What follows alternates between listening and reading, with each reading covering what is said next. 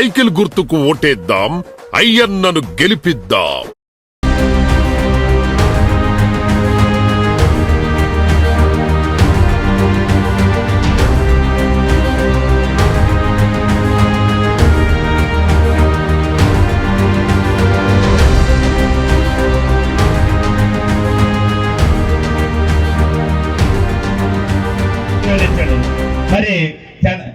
మరి ఏదో మాట్లాడాడు. అసలు భారతీయ జనతా పార్టీ ఎక్కడుంది, అది బంగాళాఖాతంలో పోతుందని. బంగాళాఖాతంలో పోయేది వైఎస్ఆర్ జగన్ పార్టీ వాళ్ళ బ్యాండ్ గ్రూపు. అవునా కదా? నేను చెప్తున్నా, రాసి పెట్టుకోండి. రేపు జూన్ 4వ తారీఖు తర్వాత ఇది బొత్స ఆయన్న పార్టీ దగ్గరకు వస్తాడు. నేను టీడీపీలో చేరాలా, బీజేపీలో చేరాలా, జనసేనలో చేరాలా, ఏమీ లేదంటే ఇప్పుడు కొత్తగా షర్మిలమ్మ వచ్చింది కదా, అక్కడ ఆయన మొట్టమొదటిగా తెలుగుదేశం అవకాశం ఇస్తారా, బీజేపీ అవకాశం ఇస్తారా? ఆ పార్టీ ఉండదు ఇంకా.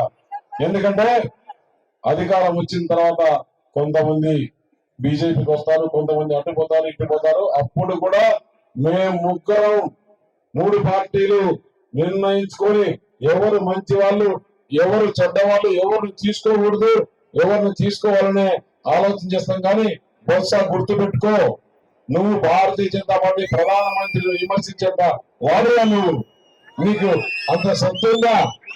నేను ఒకటే చెప్తున్నా, బొత్స సత్యనారాయణ గారు, మీరు press meet me Jaganmohan Reddy permission తీసుకొని పెట్టావా, లేదంటే నువ్వే పెట్టావా? దీని ధైర్యం ఉంటే నేను చెప్తున్నా, ఈ బొత్స ఏదైతే విమర్శించారో అది జగన్మోహన్ రెడ్డిని ఎక్కడైనా ఇప్పుడు జరిగే ఎన్నికల్లో ఎండార్ సేవను అవును బొత్స చెప్పింది వాస్తవం, ఒక్క మాట జగన్మోహన్ రెడ్డి చెప్పని ధైర్యం ఉంటే చెప్తారా? చెప్పే ధైర్యం ఉందే జగన్మోహన్ రెడ్డికి?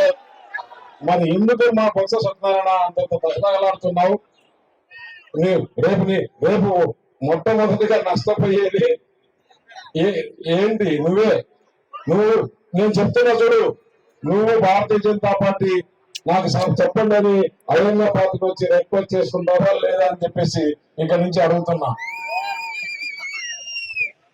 అయ్యన్న పార్టీతో అనుకున్నాం, ఈ ప్రాంతంలో రేపు అధికారంలోకి వచ్చినాక ఆమెకు కూడా ఇక్కడ కావాల్సిన పనులు ఏమన్నా కానీ ఆమెకు కూడా పార్టీలో సముచితమైన స్థానం ఏర్పాటు చేస్తామని చెప్పేసి తెలియజేస్తూ, వారికి గౌరవప్రదంగా పార్టీలో ఉంటుందని చెప్పేసి, పార్టీ అండ వారి పైన ఉంటుందని చెప్పి తెలియజేస్తూ, అలాగే ఇంతసేపు చెప్పారు కదా,